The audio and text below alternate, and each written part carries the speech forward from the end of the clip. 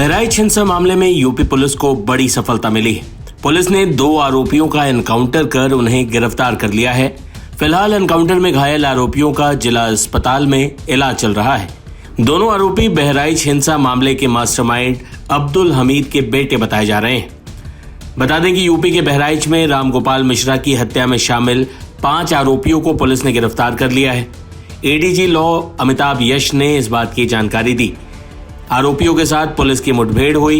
Encounter में सरफराज और मोहम्मद तालिब नाम के 2 आरोपियों को गोली लगने की खबर है। दोनों के पैर में गोली लगी है। खबरों के मुताबिक दोनों नेपाल भागने की फिराक में थे।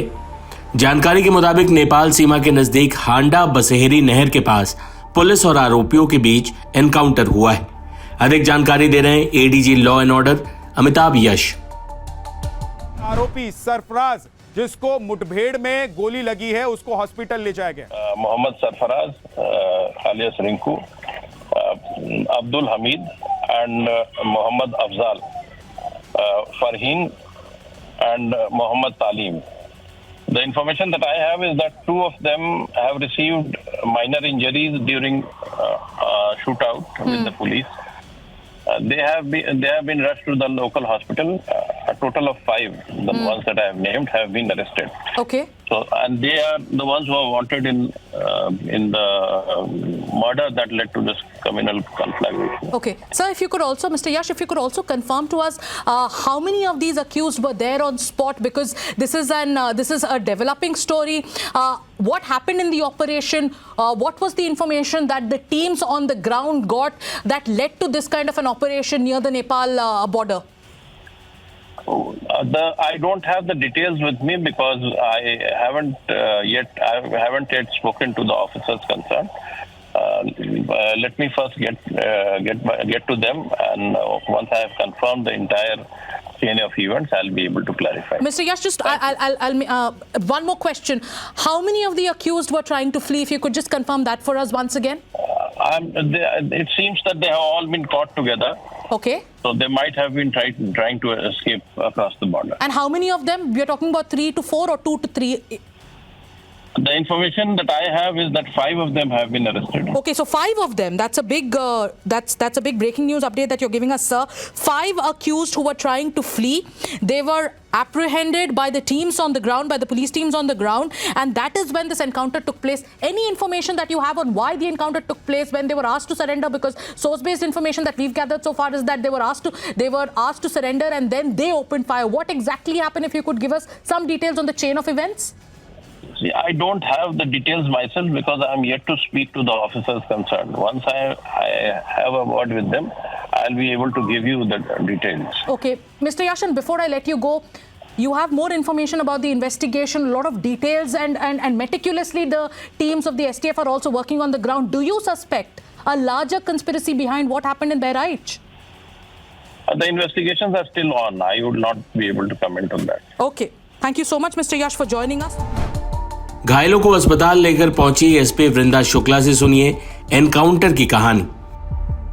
राजगंज में जो 13/10 को एक बहुत दुखद और दुर्दांत घटना हुई थी, जिसमें युवक को गोली मार के हत्या कर दी गई थी, उसी के क्रम में हमारी टीम ग्राउंड पे काम कर रही थी। सभी अभियुक्तों की हमें तलाश थी, तो आज 5 मुख्य अभियुक्त पुलिस के कब्जे में आ गए हैं, जिनमें से 2 अभियुक्त जो हैं, जिनका नाम है मोहम्मद तालीम उर्फ सबलू और मोहम्मद सरफराज उर्फ रिंकू।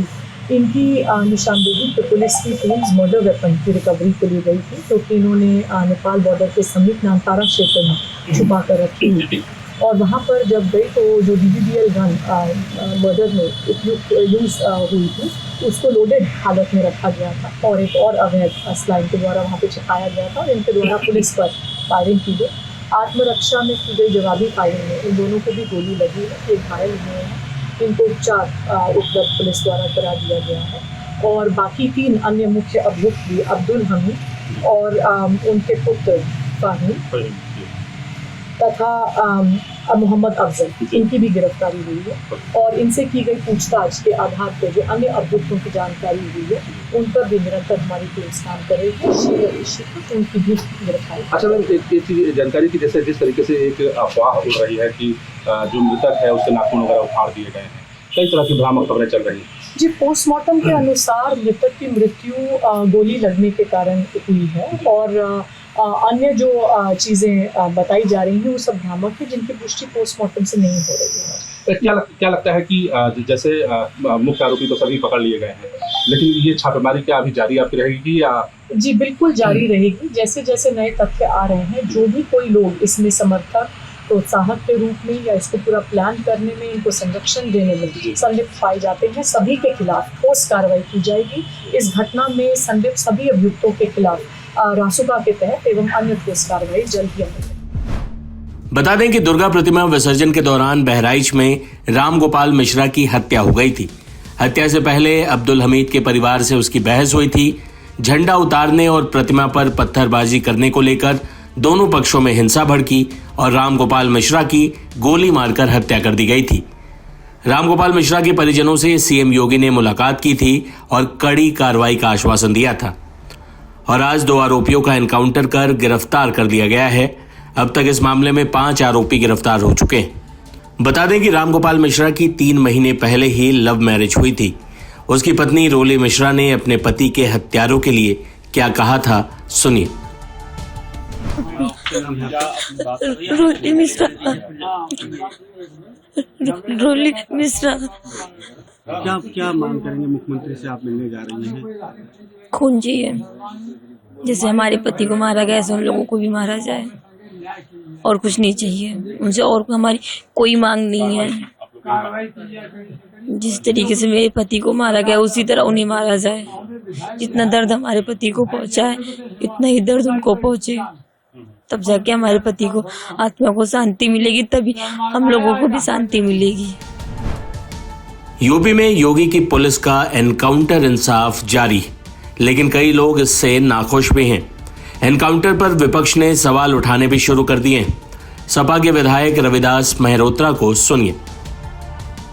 बहराइच में जो हिंसा, आगजनी और लूटपाट की घटनाएं हुई हैं, उसके लिए पुलिस प्रशासन और सरकार का पूरा फेल्योर था और उसके बाद कई घंटे तक बहराइच में आगजनी होती रही।